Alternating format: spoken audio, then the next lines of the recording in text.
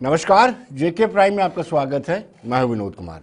दर्शकों, आज के युग में खेल का बड़ा महत्व है। हम सब जानते हैं कि 2014 के बाद कुछ ज़्यादा ही बदलाव आया है और यूनियन गवर्नमेंट ने खेल पर कंसंट्रेट किया है। खेलो इंडिया के तहत या फिर जो प्रतिस्पर्धाएं हैं, जो कंपटीशन होता है, प्रतियोगिताएं होती हैं, उसमें जिस तरीके से भारत का एक रुतबा लगातार बढ़ता जा रहा है, उससे कहीं ना कहीं साबित होता है कि खेल को लेकर के केंद्र सरकार की नीतियों में जो बदलाव आया है उसमें वाकई ही खेल एक पहली प्राथमिकता है। लेकिन अब सवाल ये उठता है कि जो स्कूल हैं उनकी इस खेलों में क्या भूमिका है या फिर पंचायत है, पंचायतों की खेल के प्रति क्या जागरूकता है, क्या भूमिका, इस पर आज हम चर्चा करेंगे। कुलदीप गुप्ता जी वंश फाउंडेशन के चीफ, कबड्डी एसोसिएशन के ये तारुफ के मोहताज हैं। कुलदीप जी, आपका स्वागत है। राजेश शर्मा जी सरपंच हैं खोजीपुर से। राजेश जी, आपका भी स्वागत है। और साथ ही साथ धीरज सलारिया, रहबर खेल, धीरज जी आपका भी स्वागत है। शुरुआत मैं करूंगा कुलदीप जी से, क्योंकि इन्होंने अपना जीवन ही खेल को दे दिया, खासतौर पर कबड्डी में। कुलदीप जी, ये जो इस वक्त के सिनेरियो है, इसमें स्कूल का और पंचायत का खेल के प्रति कितना रोल है, ये आप हमें बताएं। सबसे पहले मैं आपका धन्यवाद करता हूँ कि आपने इस खेल को एक सब्जेक्ट बना के चुना और उन सभी साथियों को बुला के इस खेल की ऊपर उनकी व्यूज़ लेने की कोशिश की। मैं इसमें आपको एक दो चीज़ें बताना चाहूँगा। सबसे पहले भारत ने इस खेलों को आगे लाने के लिए खेलो इंडिया इंट्रोड्यूस की जी। खेलो इंडिया के बाद भारत ने नीचे लेवल पे जो लोगों ने मेहनत की, कोचेस ने मेहनत करने के बाद खेलो इंडिया में एक बड़ा लेवल का स्टैंडर्ड मिला, जो आपने देखा होगा एशियन चैम्पियनशिप में, एशियन गेम्स में बच्चों ने ओलंपिक तक क्वालिफाई किया जी। उसके बाद भारत ने खेलो इंडिया के बाद खेलो यूनिवर्सिटी गेम्स इंट्रोड्यूस की जी। और खेलो इंडिया यूनिवर्सिटी गेम्स में देखिए आज वर्ल्ड यूनिवर्सिटी गेम्स हो रही हैं, बच्चे हमारी हिंदुस्तान के मेडल ला रहे हैं। उसके बाद वो एशियन चैम्पियनशिप में क्वालिफाई कर रहे हैं, कॉमनवेल्थ चैम्पियनशिप में क्वालिफाई कर रहे हैं। आप अंदाज़ा लगा सकते हैं कि जो भारत के प्रधानमंत्री खेल को पिछले 6 साल में, 8 साल में किस तरफ लेके जाना चाहते हैं, जो आज तक पहले कभी हुआ नहीं था जी। और आज मैं आपको एक नई और बात बताना चाहता हूँ कि भारत ने अब नया खेलो इंडिया ट्राइबल गेम्स जो इंट्रोड्यूस करने जा रही है जी। वो क्या है, वो जो फॉर फ्लंग एरियाज हैं जी, यहाँ पे आम आदमी की रीच नहीं है, किसी एसोसिएशन की रीच नहीं है वहाँ तक, वहाँ की नई गेम्स इंट्रोड्यूस होने जा रही हैं। वो आपको 2023 में मुझे लगता है कि वो उस लेवल के इवेंट्स होंगे, जो से खेलो इंडिया हुई, खेलो यूनिवर्सिटी गेम्स हुई, अब ट्राइबल गेम्स होंगी जी। तो जब ट्राइबल्स गेम्स होंगी तो उसमें मेरी अपनी ये एक्सपीरियंस कहता है सर कि उसमें पंचायत का बड़ा ज़बरदस्त एक रोल होगा उनको तराशने में, उनको लाने में। और हमारी स्टेट में देखिए कि पिछले 1-1.5 साल में जितनी रेवोल्यूशन आपने देखा होगा, अगर मेरे साथियों ने कभी MS स्टेडियम में विज़िट किया होगा तो उनको फील आएगा कि सच में हम किसी खेल के कंसेप्ट में इंट्रोड्यूस हुए। अदरवाइज़ ऐसे लगता था किसी हम कहीं घूमने वाली जगह पे आए हैं। तो अब नई मैडम गुल मैडम आई है, सेक्रेटरी स्पोर्ट्स काउंसिल है, उसने बहुत सारी रेवोल्यूशन चीज़ें लाई हैं। समर कोचिंग कैंप चल रहे हैं, आप देखिए डिस्ट्रिक्ट लेवल पे इंडोर गेम्स हो रही हैं, डिस्ट्रिक्ट लेवल पे इंडोर बन रहे हैं, नेशनल लेवल की चीज़ें देखो कितनी इंप्रूव हो रही है, हमारे बच्चे किस लेवल पे पार्टिसिपेट कर रहे हैं, पहले भी करते थे, अब उसके लेवल देखो क्या हो। जी जी जी। सो कुछ इक्विपमेंट्स है जो पंचायत लेवल पे डिस्ट्रीब्यूट होता है। पंचायत के कुछ हमारे जो इलेक्टेड लोग चुन के आते हैं वो उनसे अप्रोच करते हैं, उनसे इक्विपमेंट मांगते हैं, वो भी उन तक पहुंचाया जाता है। अब क्या है कि वो चीज़ों को पहुंचने के लिए नीचे लेवल पे उनको मेहनत करनी पड़ेगी ताकि अपने बच्चों को वो सारी चीज़ें प्रोवाइड कर सकें। Panchayat level secretary sport council से मिल के वहाँ कोचेज़ ले सकती है 1 महीने के लिए कि अगर वो कैंप लगाना चाहते हैं अपने एरिया में तो फ्री ऑफ कॉस्ट उनको कोचेज़ मिलेंगे।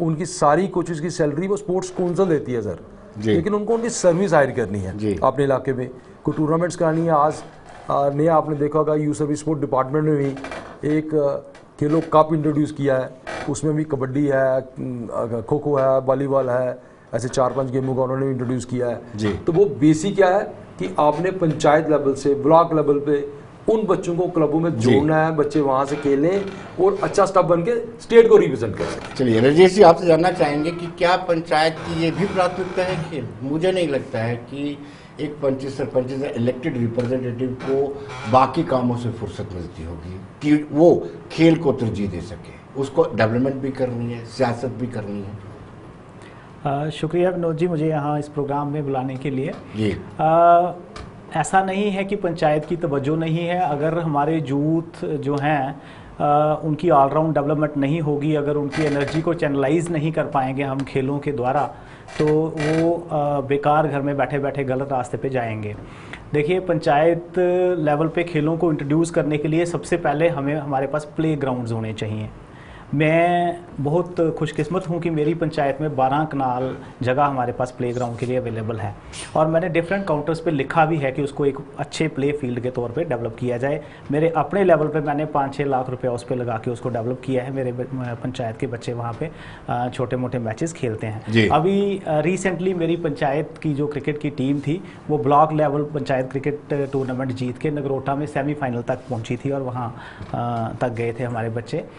खेल जो है ये तो पंचायत की प्राथमिकता है ही, इसमें कोई शक नहीं है। लेकिन Rajesh ji, exception is always there. आप 5 उंगलियां हैं, एक जैसी नहीं हो सकती। आपकी पंचायत बेहतर कर रही है, लेकिन मैं आपको बताऊं कि पंचायतों पंच सरपंच जो इलेक्टेड मेंबर होते हैं उनको ओल्ड एज पेंशन भी लगानी है, उनको गली भी बनानी है, वो कैसे तरजीह दे पाते होंगे? क्या उनके पास समय होता होगा? नहीं, ये तो सारा पंचायत का काम है। उसके साथ साथ खेल जो हैं ये तो बहुत ज़रूरी हैं, और हमारी तो पूरी कोशिश रहती है कि हमारे यहाँ पास में एक गांव है रिहाल, वहाँ एक छोटा सा स्टेडियम भी बन के तैयार हो गया है, और हमारे बच्चे वहाँ भी खेलने जाते हैं। रादर देन मैं चाहता हूँ कि मेरी पंचायत में एक चाहे बड़ा स्टेडियम ना सही, हमारे पास जितनी लैंड अवेलेबल है उस पर एक अच्छा सा प्ले ग्राउंड बन जाए ताकि बच्चे वहाँ खेल पाएँ। जो रही बात पेंशन या बाकी कामों की, तो उसमें भी पंचायत का पूरा रोल रहता है, और हमारे पास जैसे मेरे पास 9 पंचेस हैं, मैं खुद भी हूँ, तो वो सारे काम साथ साथ करने ही हैं। वो तो ड्यूटी हमने खुद ही ली है कि लोगों को हम बेनिफिट दे पाएँ गवर्नमेंट की स्कीम्स का। धीरे जी, स्कूलों में फिजिकल टीचर्स तो हैं, रहबरे खेल भी हैं, लेकिन जिस तरीके के स्कूलों में एक्टिविटीज़ होनी चाहिए नहीं हो पा रही है। और बदकिस्मती की बात है कि एक पैरामीटर होता है कि हर एक स्कूल के पास मैदान होना चाहिए, लेकिन बहुत सारे प्राइमरी स्कूल ऐसे सरकारी जिनके पास प्ले ग्राउंड नहीं है। जब आपके पास मैदान ही नहीं होगा तो क्या खेलेंगे, क्या खिलाएंगे? सर देखें, प्राइमरी स्कूल में तो जो गवर्नमेंट स्कूल है उनमें इतनी ज़्यादा स्ट्रेंथ है नहीं है, और प्राइमरी स्कूल में जो फिजिकल टीचर है वो होगा नहीं, पहली बात है। मिडिल स्कूल में है फिजिकल टीचर, और हाई स्कूल में, हाई सेकेंडरी में जी। तो अब मिडिल स्कूल के पास इतनी ग्राउंड तो है ही है ताकि एटलीस्ट कबड्डी का कोर्ट बन सके, हम वॉलीबॉल का, वैसी गेम्स हो सकती है। जिसके पास ग्राउंड बिल्कुल नहीं है, छोटी मोटी ग्राउंड हो, इतनी स्पेस तो उनके पास सामने होगी ही। बाकी इंडोर एक्टिविटीज़ वो कर सकते हैं, रिक्रिएशनल एक्टिविटीज़ वहाँ पे करवा सकते हैं बच्चों को। तो बाकी रही जो, अगर मत सपोज करो हमें कोई प्रैक्टिस करवानी है, बच्चे हमें आगे लेके जाने हैं स्कूल के। अब अगर हमने देख लिया है ये बच्चे, हमने थोड़ा सा सिलेक्ट कर लिए है बच्चे, तो उनको हम पार्ट टाइम थोड़ा ग्राउंड के, जहाँ पे स्कूल के पास थोड़ी ग्राउंड होगी वहाँ पे ले जा सकते हैं, हम प्रैक्टिस करवा सकते हैं बच्चों को आगे लेके जाने के लिए। ऐसा नहीं है स्कूल के पास इंफ्रास्ट्रक्चर नहीं है, लेकिन हमें कोई भी सामान चाहिए डिपार्टमेंट को, हम अगर बोलते हैं डिपार्टमेंट हमें वो सारा सामान प्रोवाइड करता है वहाँ पे। लेकिन धीरे इस वक्त ऐसा अवसर है कि आप इस अवसर को बुन सकते हैं।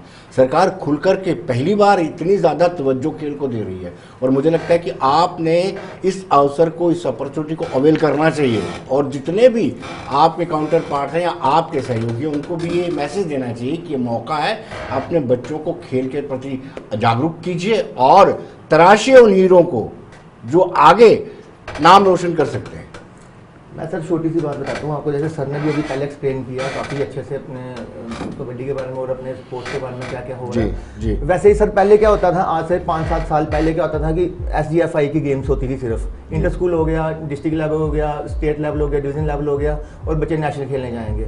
आज के टाइम पे सर इतने ज़्यादा इंट्रोड्यूस कर दिए हैं गेम्स, खेल संप्रदा, YSS कप, खेलो इंडिया, मतलब टाइम ही नहीं मिलता बच्चों को काफ़ी मतलब एक्सपोजर मिल रहा है। पंचायत लेवल पे इतना एक्सपोजर मिल रहा है। मैं सर भी हमारे साथ बैठे, मैं थोड़ा बोलता हूँ कि क्या होता है कि अगर जैसे मेरा अपना ही जोन है, डंसाल जोन है मेरा, वहाँ पे अगर 30-32 पंचायतें हैं तो उसमें से ना सिर्फ 10 पंचायत ऐसी होंगी जो इंटरेस्ट लेती हैं, उनके जो सरपंच हैं हमें रिस्पॉन्स करते हैं। हम उनको बोलते हैं हमें टीम चाहिए, आप बताओ अपने गाँव में टैलेंट है आपके पास, अगर बच्चे प्रैक्टिस करते हैं आप हमें बताएं, आप लिस्ट दें। क्योंकि अगर हम ही वहाँ पे जाएंगे ढूंढने के लिए बच्चे, मुश्किल होता, टफ होता है। तो एक सरपंच एक ऐसा लीडर होता है पूरे गांव का जिसको हर एक बंदे के बारे में नॉलेज होती है। तो उनको पता है यहाँ पे बच्चे खेल रहे हैं हमारे, उन बच्चों से मिलते हैं, उनकी एक मीटिंग रखो आप, उनको मिलें, आप बताएं कि आप बताओ आप ये 3-4 गेम्स इन्होंने इंट्रोड्यूस की हैं, YSS कप हो रहा है, बैक टू विलेज प्रोग्राम हो रहा है, आपका खेलो इंडिया हो रहा है, आपका पंचायत लेवल हो रहा है, आप बच्चों को लाओ। तो रिस्पांस क्या मिलता है, बड़ी मुश्किल से एक क्रिकेट की टीम कहीं आ जाती है, मतलब जहाँ बड़ा कुछ 1-2 जगह से कोई कबड्डी की टीम आ जाएगी, वॉलीबॉल गांव में इतने अच्छा खेलते हैं लोग, उधर क्या होता है सर, इनको ये यहाँ पे पीछे रहते हैं बच्चे ताकि इनको एक्सपोजर नहीं मिलता, वहां इनको स्किल नहीं मिल पाता। बच्चे खेलते हैं, हर जगह पे खेलते हैं बच्चे, लेकिन जो स्टेडियम प्रैक्टिस करता है बच्चा वो इनको अपने साथ थोड़ा, लेकिन एक बात है ना, बच्चा 1 साल खेलेगा, 2 साल खेलेगा, बाहर आके एक्सपोजर मिलता है बच्चों को।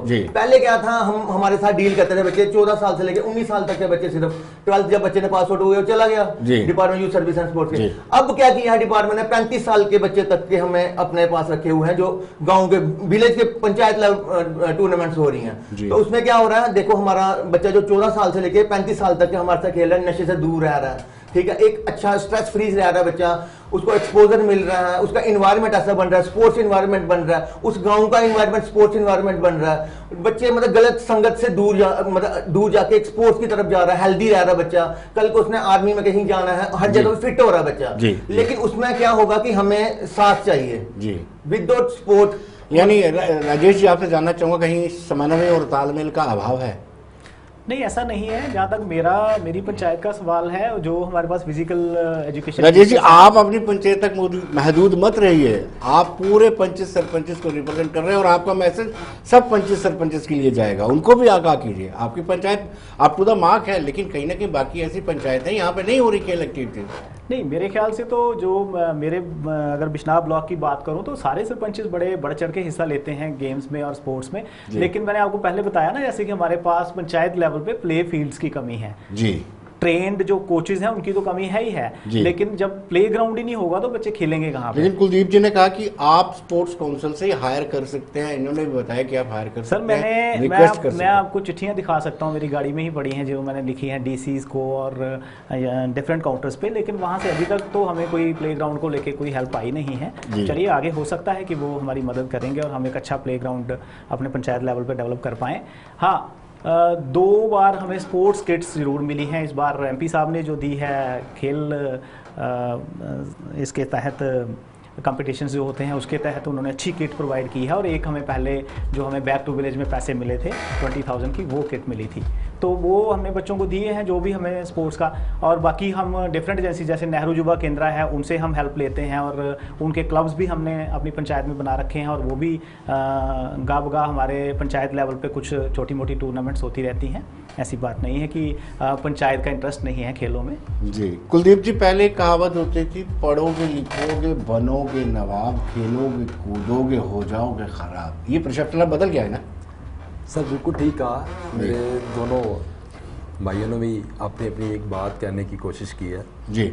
मैं अपने सरपंच साहब यहाँ बैठे हुए हैं, मैं उनसे एक रिक्वेस्ट करूँगा आपके माध्यम से कि ये जो राइट प्लेटफॉर्म है वो है secretary JNK state sports council. आपको स्पोर्ट्स के लिए ग्राउंड के लिए कुछ चाहिए, ग्राउंड को रेनोवेट करना है, ग्राउंड को अपग्रेड करना है, स्पोर्ट्स किट चाहिए, बच्चों के लिए कोचिज चाहिए, ये सारा का सारा सिस्टम जो है वो सेक्रेटरी स्पोर्ट्स काउंसिल ऑफिस में मिलेगा।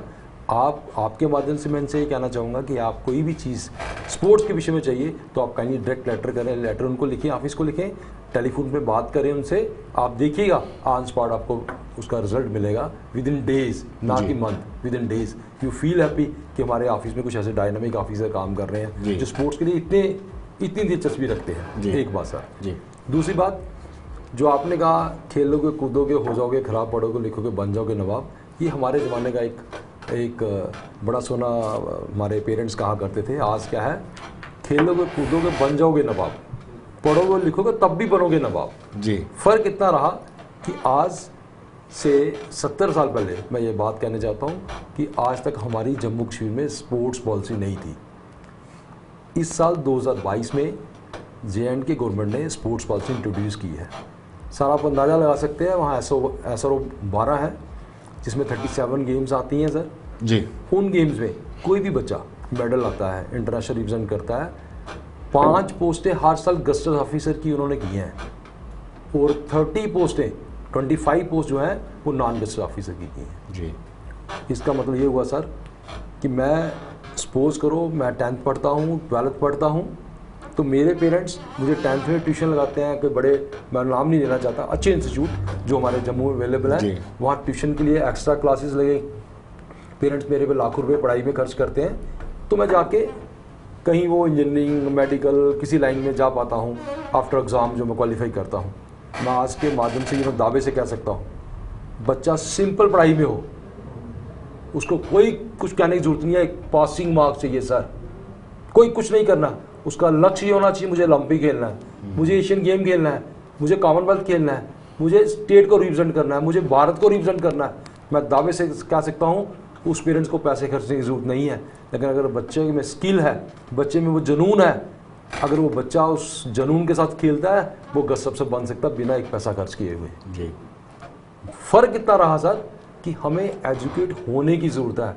आज स्पोर्ट्स में इतना फ्यूचर बन गया है जी। सर। आप देखो हमारे छोटे से शहर से लड़के इंडिया को खेल रहे हैं, क्रिकेट में देखो, हॉकी देखो, फुटबॉल देखो, कबड्डी देखो, फेंसिंग देखो, आप वूशू देखो, जिम्नास्टिक देखो।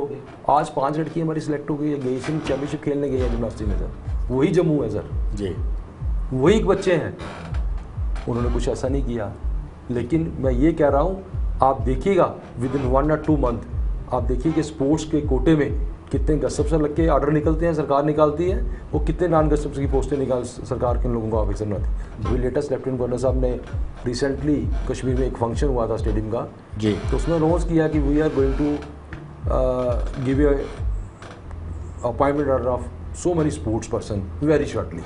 तो इसका मतलब सर ये हुआ, आज वो नीति चेंज हुई है, खेलोगे कूदोगे नवाब पक्के बनोगे, ये मेरा वादा है जी। और ये मेरा विश्वास है, मेरी ज़िंदगी का जो एक्सपीरियंस है वो ये कहता है।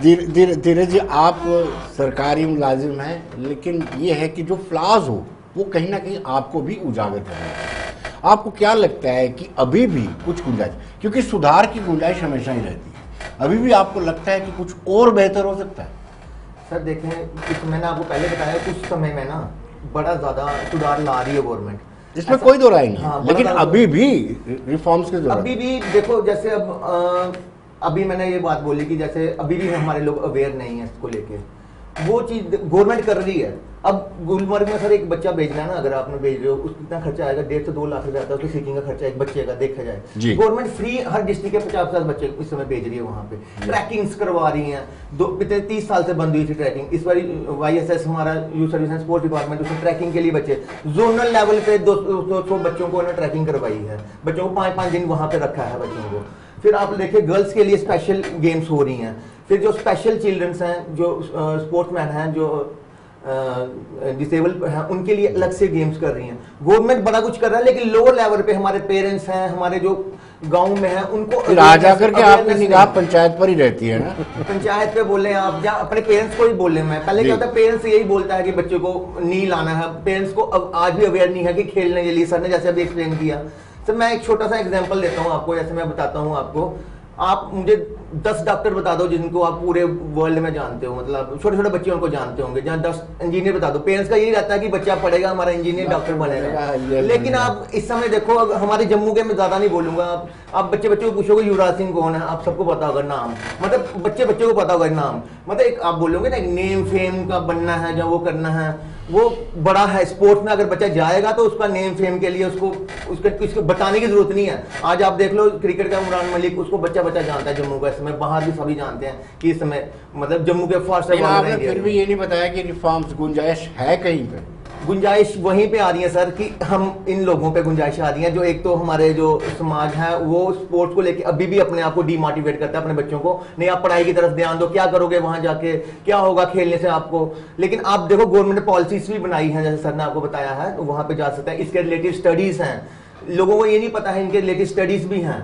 इसमें कहाँ कहाँ जा सकते हो आप, कितनी इसमें एक्सपोजर आपको, किस तरह की जॉब्स कर सकते हो आप जी। तो ये चीजें जब लोगों पर अवेयर हो गए, इन चीजों के बारे में थोड़ा डिस्कस करेंगे और देखेंगे, इसके बारे में रिलेटेड स्टडी करेंगे, तो अब जाके ये थोड़ा सा जो कंफ्यूजन है, और हमारे जो विलेज में ये लोग इंटरेस्ट लेंगे, ये मैं पर्टिकुलर बोलता हूँ, विलेज हमारे बाढ़ में ये लोग हमारे जो मेन हैं जो बच्चों को समझाने वाले वो लोग इंटरेस्ट लेंगे, तो ये चीज जल्द ही हमारी मतलब कि जो गवर्नमेंट इतना कुछ खर्चा कर रही है वो सफल होगा। कुलदीप जी, जब मैंने रिफॉर्म्स की बात की तो आपने हाथ उठाया था, क्या गुंजाइश लगती है? सर उसमें गुंजाइश इतना सा रहता है कि जैसे यूथ सर्विस स्पोर्ट डिपार्टमेंट जी अपना एक कैलेंडर निकालता है सर, पूरे साल की एक्टिविटी का एक कैलेंडर निकलता है। उनकी कोऑर्डिनेशन जो है वो स्टेट एसोसिएशन के साथ नहीं है जी। होता क्या है कि जैसे सपोज डिपार्टमेंट ने अपनी अंडर 19 की एक टूर्नामेंट कराई, inter school, inter district, province level and then state level, इनकी एक टूर्नामेंट हुई। जो स्टेट एसोसिएशन है उनकी अपनी एक टूर्नामेंट है, एक डेट्स है कि नेशनल्स है। इनका बच्चा खेलने के बाद उसके रास्ते बंद हो जाते हैं, क्योंकि स्टेट की टीम पहले चली गई खेलने या स्टेट की टीम बाद में गई, इनकी नेशनल पहले इन्होंने करवा दी। So it needs immediate coordination with the different association and youth service and sport department. लेकिन कुलदीप जी, एसोसिएशंस की वर्किंग पर भी कई बार सवालिया निशान उठते रहे जी, कई एसोसिएशंस पे मतलब आरोप लगते रहे। सर मैं उसमें ये कह रहा हूँ कि अगर एक कैलेंडर आपस में जॉइंट वेंचर में बन जाए जी तो उन बच्चों को जिन्होंने इन्होंने मेहनत करके किसी लेवल पे पहुंचाया है, तो उन बच्चों को ग्रूमिंग एंड पॉलिश करके वो इंडिया को रिप्रेजेंट कर सकते हैं सर। जी वो एशियन चैंपियनशिप खेल सकते हैं, वो एशियन गेम तक जा सकते हैं, तो वर्ल्ड कप खेल सकते हैं कबड्डी में सर। जी। मैं एक खेल की बात कर रहा हूँ जी। तो आज आपने देखा होगा प्रो कबड्डी स्टार टीवी में लाइव आती, 3 महीने का प्रोग्राम लाइव चलता है डेली बेसिस पे। हमारा एक खिलाड़ी 1-1 करोड़ पे बिकता है सर।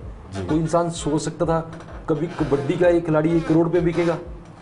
आज बेसिक प्राइस जो है जूनियर बच्चे की है वो 8 लाख रुपया है। अगर जूनियर बच्चा उन्होंने लेना है अपनी एक फ्रेंचाइज ने, उसको बेसिक प्राइस 8 लाख देना है। फैसिलिटी सुनेंगे सारा एक कबड्डी के खिलाड़ी के लिए। कबड्डी के खिलाड़ी को 5 स्टार होटल रहने को मिलेगा, बाई ईयर ट्रिपलिंग मिलेगी। जी आप अंदाज़ा लगाओ खेल किस लेवल और किस मकाम पे चला गया। ये वो खेल है जिसको हम कहते हैं विदेशी, जी स्वदेशी। हम विदेशी चीज़ें अडॉप्ट कर रहे हैं, स्वदेशी को अडॉप्ट नहीं कर रहे। जी अगर ये इस पे सभी मिलके जी। एक परिवार की तरह काम करें, पंचायत अपने पार्ट पे काम करे, यूथ सर्विस स्पोर्ट अपने काम पे काम करें, हम अपने पार्ट पे काम करें, एज ए फैमिली सारे मिलके इस पे काम करें, तो कोई ऐसा लक्ष्य नहीं है जो भारत सरकार ने सोचा है कि जब भी ओलंपिक गेम होगी, ओलंपिक गेम्स होगी, एशियन गेम होगी, हमारे ही पेरेंट्स टीवी में बैठ के देखते हैं, न्यूज़ को देखते हैं, यार इंडिया के कितने मेडल हैं, बड़े ध्यान से देखेंगे।